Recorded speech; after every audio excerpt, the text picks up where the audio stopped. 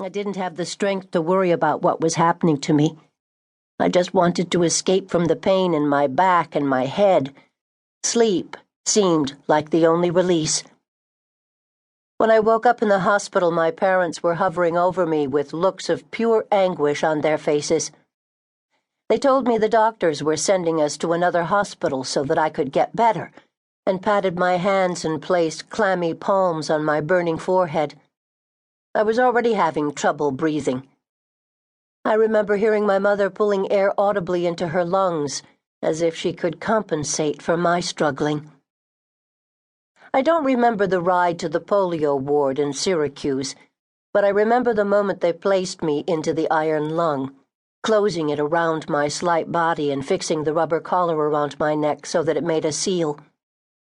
I couldn't see most of the machine, but I could feel the instant relief as I gave over the newly difficult work of breathing to a device much more capable than I was. It seemed miraculous. Weeks later, after we had slipped into a bizarre routine of daily visits and strange forms of physical therapy, my mother sat down next to my iron lung and put her hands on both of my cheeks. "Vivian, sweetheart," my mother said, her eyes red from crying, "we have something very hard to tell you." "What?"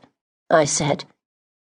In those weeks after I fell ill, my mother often looked like she'd been crying, so I wasn't all that concerned. "It's Darlene," she said, choking over my sister's name. "She didn't make it. But you said she could come to see me when I was better." "No, Vivian," my mother said. "She had polio like you, except she's gone now. Gone to heaven." My mother still had her hands on my cheeks. My father stood on the other side of me, one hand on the top of my head, as if they could somehow cushion the last part of me that still functioned on its own.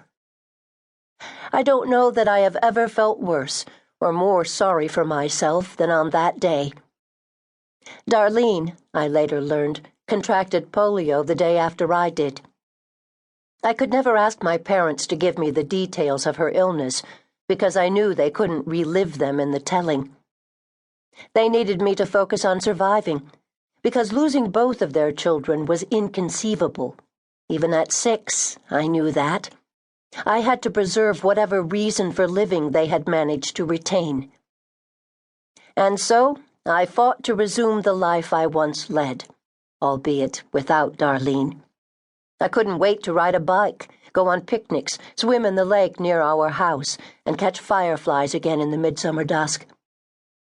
It was not all that uncommon for children with polio to regain their ability to breathe and move just before Jonas Salk's vaccine became widely available in the mid-1950s. Some were in wheelchairs, others in braces, but they still moved independently through the world. I had no doubt I would be one of them.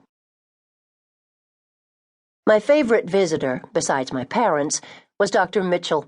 He was tall and young for a doctor, and had Clark Gable hair, and he always brought me a lollipop when he came to see me. "Hiya, Peaches," Dr. Mitchell said one day after my parents left for their lunch in the hospital cafeteria. He took the lollipop, which was cherry, and smashed it into pieces with a metal instrument on the rolling cart next to my lung.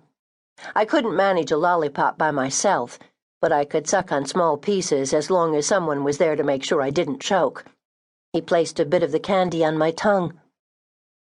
"Are we going outside?" I asked him.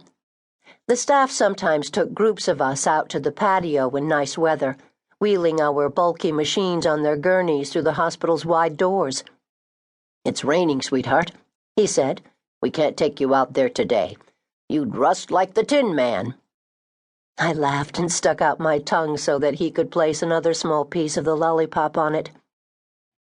"But I do have some news for you," he said. "We're going to give your lungs a chance to start working on their own again. Wouldn't you like to get out of this thing once in a while?" I thought about it for a moment.